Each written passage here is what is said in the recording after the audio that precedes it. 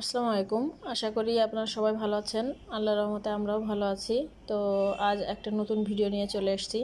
আমরা আজকে আপনাদেরকে দেখাবো মুরগি কষা, অসাধারণ এক মুরগি কষা। তো প্রথমে আমরা রান্নার সুবিধার্থে মুরগিটাকে কিন্তু আগে থেকে কেটে পরিষ্কার করে রেখেছি। এখন মুরগিটাকে সুন্দর করে ধুয়ে নিচ্ছি পরিষ্কার করে। এবার আমরা যে উপকরণগুলো দিয়ে রান্না করব সেগুলো আপনাদেরকে দেখিয়ে দিচ্ছি।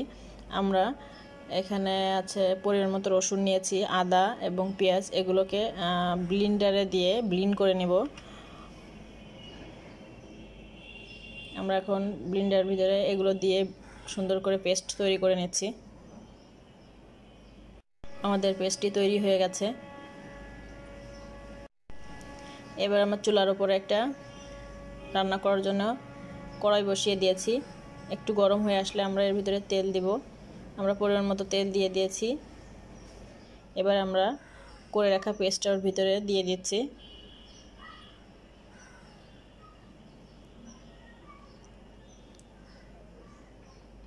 এবার আমরা পরিমাণ মতো লবণ দিয়ে দিলাম।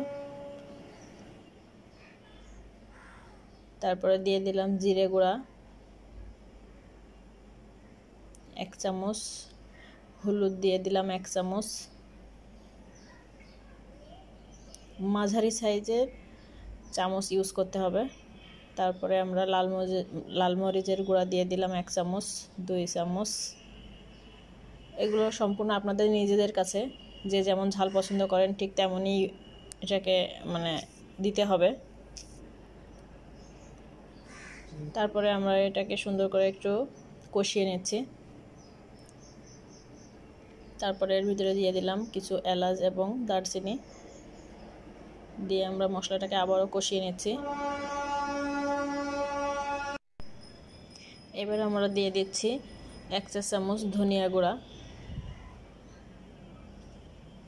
দিয়ে আবারও সুন্দর করে এটাকে কষিয়ে নিচ্ছি মিশিয়ে। এবার আমাদের মশলাটাকে মিশানো এবং কষানো হয়ে গেছে। তো মুরগিগুলো এবার আমরা ছেড়ে দিচ্ছি। মুরগির মাংসগুলো আপনারা দেখতে পাচ্ছেন অনেক সুন্দর। এই জন্য কিন্তু আমরা তেলের পরিমাণটা একটু কম দিয়েছি, কারণ এতে অনেক পরিমাণ চর্বি আছে। তো এ থেকে কিন্তু অনেকটা তেল ছাড়বে, এই জন্য আমরা অনেকটা তেল একটু কম করে দিয়েছি রান্নাতে। তো এবার আমরা সুন্দর করে মশলার সাথে মাংসটাকে মিশিয়ে নেব।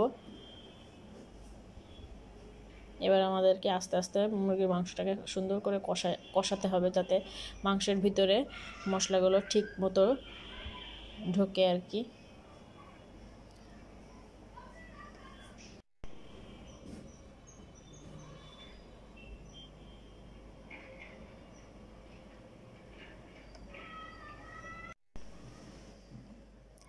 এবার আমরা আরও 1 চামচ গরম মশলার গুঁড়ার ভিতরে অ্যাড করলাম।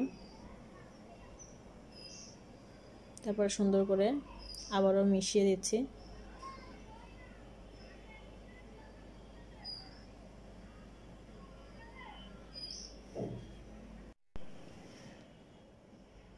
এবার আমরা মুরগির ভিতরে যে আলুগুলা দেব সেগুলো ধুয়ে নিলাম। আবারও আমরা মুরগিটাকে একটু নেড়ে চেড়ে দিচ্ছি। নিচে লেগে যাওয়ার সম্ভাবনা আছে, এজন্য একটু মাঝে মাঝে নেড়ে চেড়ে দিতে হবে। দেখুন এখন এর ভিতর থেকে কিন্তু অনেকটা পানি বের হয়ে এসছে। আমরা কিন্তু এক্সট্রা কোনো পানি এতে অ্যাড করি নাই। আমরা কিছুক্ষণ পর পর এটা ঢাকনিটাকে সরিয়ে নেড়ে চেড়ে দিচ্ছি সুন্দর করে কষানোর জন্য।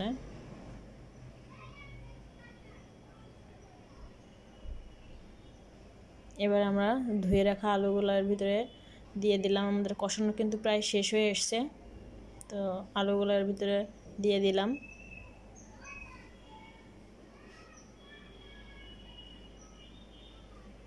দিয়ে আবারও আমরা সুন্দর করে মিশিয়ে নিলাম। এবার আমরা পানি দেব। তো আমরা পরিমাণ মতো পানি দিয়ে দিচ্ছি। মুরগিটা অলরেডি সিদ্ধ হয়ে গেছে, এজন্য আমরা খুব বেশি পরিমাণ পানি এতে দিব না।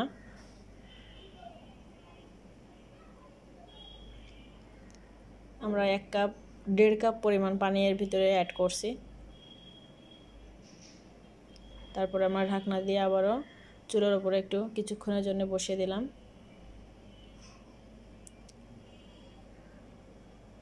দেখুন কিছুক্ষণ পর আমরা ফিরে আসলাম এবং দেখলাম অনেকটা শুকিয়ে এসছে এবং আমাদের মাংসটা কিন্তু রেডি হয়ে যাচ্ছে।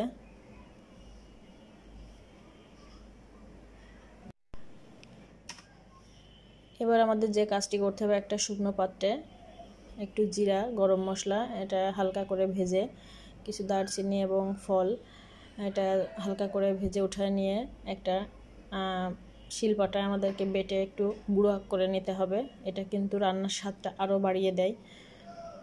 তো এই জন্য আমরা এটাকে গুঁড়ো করে নিয়েছি এবং আমরা এটা মাংসের ভিতরে ছড়িয়ে দিচ্ছি। উপর থেকে দিয়ে আমরা এটা আবার মিশিয়ে নিব। এটা কিন্তু রান্নার স্বাদটা অনেক গুণ বাড়িয়ে দেব এবং এত সুন্দর একটা স্মেল বের হচ্ছে যেটা আসলে এভাবে বলে বোঝানো সম্ভব না। তো অবশ্যই আশা করি আপনারা বাসায় এভাবে ট্রাই করবেন এবং ট্রাই করে কেমন হলো আমাকে অবশ্যই কমেন্টসের মাধ্যমে জানাবেন। তো আবার নতুন কোনো ভিডিও নিয়ে আপনাদের কাছে ফিরে আসবো। সে পর্যন্ত ভালো থাকবেন।